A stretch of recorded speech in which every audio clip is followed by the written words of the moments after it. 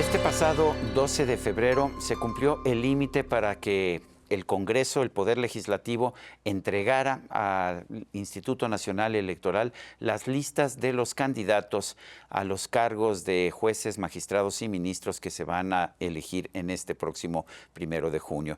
El problema es que la lista llegó con errores, llegó con ausencias, llegó con algunos candidatos que habían dicho que no querían estar, y por otra parte faltaban algunas candidatas en particular muy importantes para el gobierno, como son las tres ministras actuales que están más estrechamente identificadas con Morena y con el gobierno de la República. Total que el día 16 en la madrugada se presentó otra lista, a pesar de que el límite era el 12.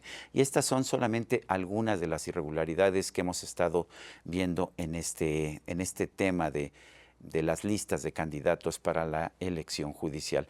Para mí es un gusto tener conmigo en este programa otra vez a Claudia de Buen. Ella pertenece al despacho el Bufete de Buen, que es un bufete muy reconocido en nuestro país. También fue presidenta de la Barra Mexicana Colegio de Abogados.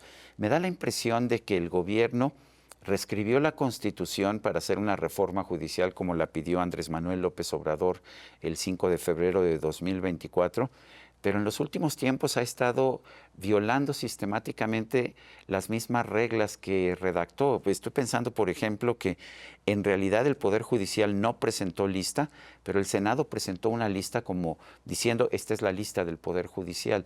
¿Qué pasa cuando tú mismo violas las reglas que impusiste para un proceso? Mira, sí tienes toda la razón. Y bueno, muchas gracias por la invitación. Gracias, Claudia. Muchas gracias, querido Sergio. Tienes toda la razón. El Senado se arrogó funciones o facultades que no tiene y que se las da el Tribunal Federal Electoral, que tampoco puede hacerlo. Y todo esto viene a raíz de las suspensiones de 2 juicios de amparo que decretaron un juez de Jalisco y un juez de Michoacán, a efecto de que se revisara la situación específica de los quejosos, que no tenía directamente una relación o vinculación con la reforma del Poder Judicial, sino con la violación de sus derechos como trabajadores, como funcionarios.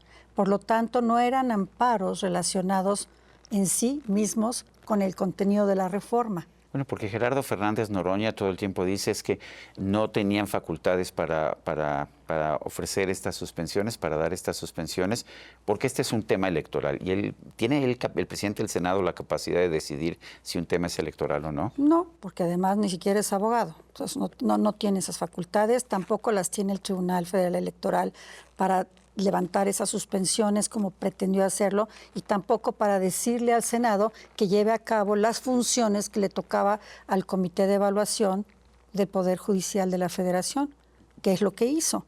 Entonces, el comité renuncia ante una situación que dicen, esto es insostenible. Pues que por un lado estaban las suspensiones y por el otro lado el Tribunal Electoral les daba órdenes de desacatar las suspensiones. Exactamente. Y bueno, he visto algunas entrevistas que le han hecho a Mónica Soto, a la presidenta del Tribunal Electoral. Y ayer me impresionó mucho porque dijo, literal, lo apunté, yo no sé nada de amparo, solo sé que no procede en materia electoral. La presidenta del Tribunal Federal Electoral dice, yo no sé nada de amparo, y se ve, se nota. Porque no eran amparos que tuvieran que ver con el proceso electoral. No tenía nada que ver, era la violación de los derechos humanos de esos funcionarios, tal y como lo dijeron 2 de los ministros en la Suprema Corte cuando analizaron la resolución, Margarita Ríos Farjat y no recuerdo el otro, pero sí. En todo caso había que atacar en caso de que las suspensiones no fueran del agrado de la autoridad, había que atacarlas, y hay formas de hacerlo, ¿no? Y no simple y sencillamente desacatarlas. Exacto, hay recursos que se pueden hacer valer y que no hicieron valer, con lo cual quedaron firmes esas resoluciones que suspendían.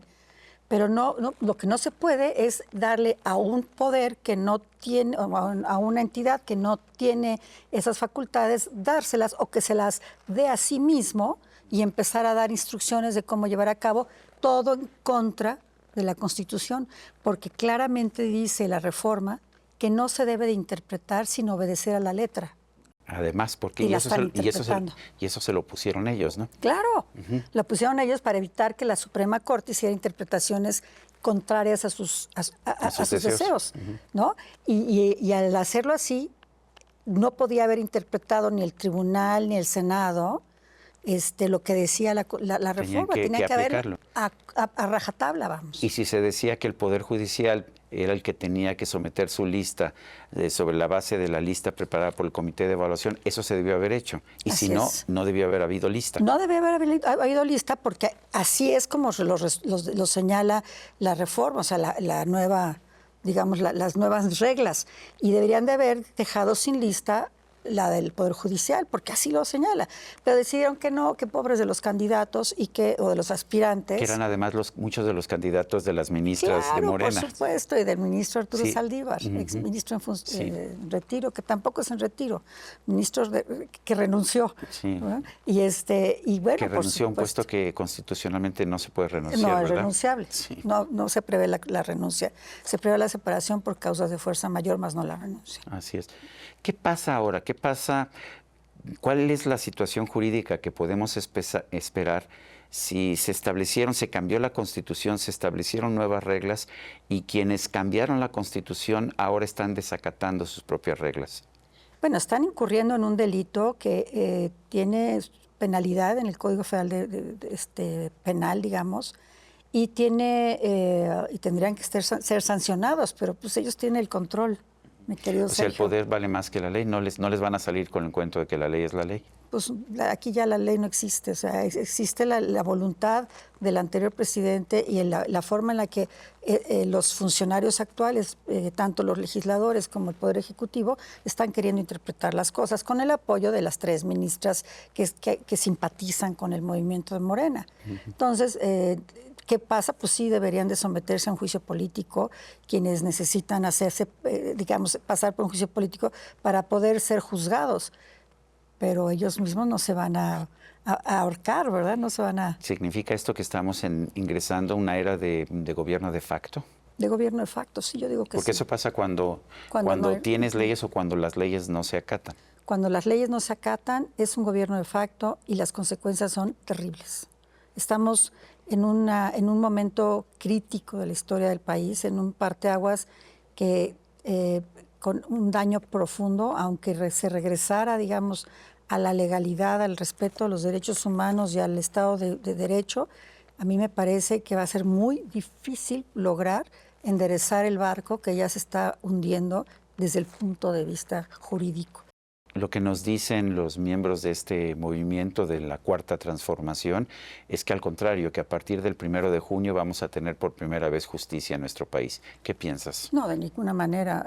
Yo no podría dejar en manos de ningún, digamos, juez que no ha tenido ninguna experiencia. Si el juez fue proyectista o el magistrado fue juez, me daría más confianza. Pero esa es la carrera judicial que ellos quieren eliminar. De hecho, están eliminando la carrera judicial. Ayer decía Mónica Soto que ya tiene 30 años de estar en el Poder Judicial y no sabe nada de amparo. Eso no debería ser, ¿no? No, bueno, pero por supuesto que no. Sin embargo, ella misma dice, en una contradicción entre sus palabras, de su realidad con lo que está haciendo ahora, pues no hubo una crítica. Simplemente dijo, sí, yo tengo 30 años de carrera judicial. Y no sé nada de amparo. Y no sé nada de amparo. Entonces, pues sí, digo, eso es algo terrible. Curioso es que el amparo ha sido presentado una y otra vez como uno de los grandes pilares del derecho en nuestro país, uno de los grandes aportes de nuestro país al derecho internacional. Claro. Y sin embargo, pues parece que ahora el amparo es una molestia, ¿no? El amparo es una molestia y la defensa de los derechos humanos es una molestia y fíjate, esta reforma además es contradictoria a los propios principios constitucionales que están en el artículo 1 de la Constitución, de que el derecho tiene que ser, digamos, ir evolucionando conforme se requiere, ¿no? Progresivo se llama, la progresividad. El principio de la progresividad, que no puedes volverte hacia atrás y eliminar derechos. Exacto, y estamos volviendo hacia atrás. Se están eliminando derechos al decir, por ejemplo, que nuevamente las resoluciones solamente afectan a la persona que se queja, aunque se declare que una ley es inconstitucional.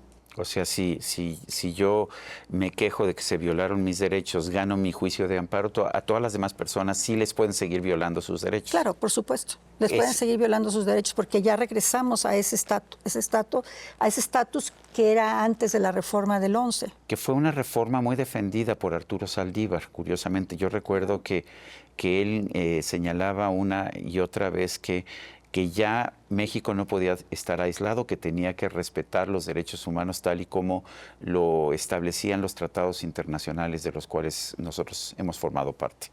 Sí, incluso yo lo escuché en un evento que hubo en La Barra importante sobre la reforma. La Barra Mexicana. La Barra sí. Mexicana, Colegio de Abogados, sobre la reforma del Poder Judicial, que dijo que nos quedamos cortos, que teníamos que haber ido más allá, como muchos países que lo habían hecho 20 años antes, pero que era una gran reforma de todas maneras. Y lo mismo dijo, en ese entonces era ministro José Ramón Cosío, en fin, los que fueron, que eran muy conocedores del tema de los derechos humanos y de la defensa, etcétera, sí dijeron, esta reforma es magnífica, pero todavía le faltó.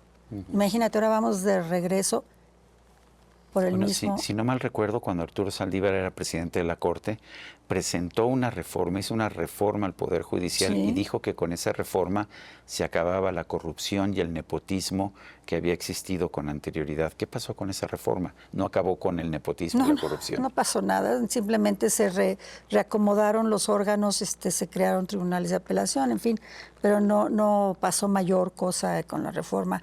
Sí pudo haber sido algo importante, pero básicamente entró de inmediato la idea, o al poco tiempo, la idea de hacer las elecciones del Poder Judicial vía democráticas, a las que se habían opuesto ellos mismos, ¿no?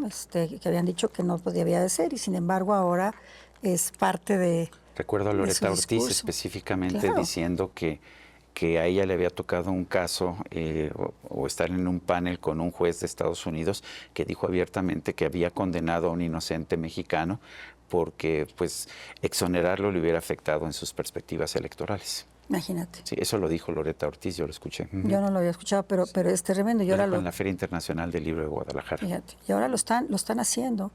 Ahora están tirando por la borda el Estado de Derecho, el respeto a la Constitución, el respeto a los principios constitucionales por temas electorales. Pero, ¿qué va a pasar ahora? O sea, vamos a tener este periodo en que para meter la elección de juzgadores se va a violar la Constitución y después ya tendremos jueces más probos, jueces que ellos iban a respetar la Constitución y las leyes que de ella emanen. No, bueno, claro que no. O sea, vamos a tener jueces que ellos mismos están eligiendo para que formen parte de este Poder Judicial nuevo, controlado por el poder, por Morena, controlado por algunos grandes conglomerados empresarios, por probablemente la banca y muy probablemente, muy casi seguramente, pues por el narcotráfico o las mafias de poder de esta naturaleza, ¿no? Entonces sí va a ser un poder que va a estar sirviendo a los intereses de sus amos, de quienes les están apoyando para que lleguen. Una persona me dijo, no lo oí yo, de un despacho, una persona en la que creo, por supuesto, que había dicho que ellos iban a tener jueces. Es un gran despacho, un despacho que no sé cuál es. Van a tener sus propios jueces. Sus propios jueces. Entonces, estamos abriendo el Poder Judicial a una corrupción abierta. Yo conozco un magistrado que le dijeron, preséntate para la elección y nosotros te aseguramos que tú seas electo. O sea, que ya saben cómo va a votar la gente. Sí, había un chiste por ahí, ¿no? Que decían, ya están listas las elecciones, ya están listas las listas, ya está listo todo, nada más falta que llegue el 2 de junio. O sea, ya están listos los nombres, ¿no? Sí. Mónica Soto, ¿no? No Mónica Soto, perdón, la presidenta del INE. Y es Guadalupe Tadei. Sí, es una caricatura que pusieron en un periódico. Me dio risa porque eso es lo que dan a entender, ¿no? O sea, es lo que pareciera, que ya está listo todo. Los 16 o 17 personas en la lista que trabajaron para Saldívar o que son muy vinculados al ministro en retiro Saldívar, y las personas que cada uno de los actores políticos actuales están colocando, ¿no? Claudia de Buen, gracias por conversar con nosotros. Muchas gracias a ti y al público. Gracias a usted, amigo, que al vernos y escucharnos hace posible este programa. Se lo agradezco también. Esto es todo por hoy, pero no se le olvide. Nos vemos la próxima.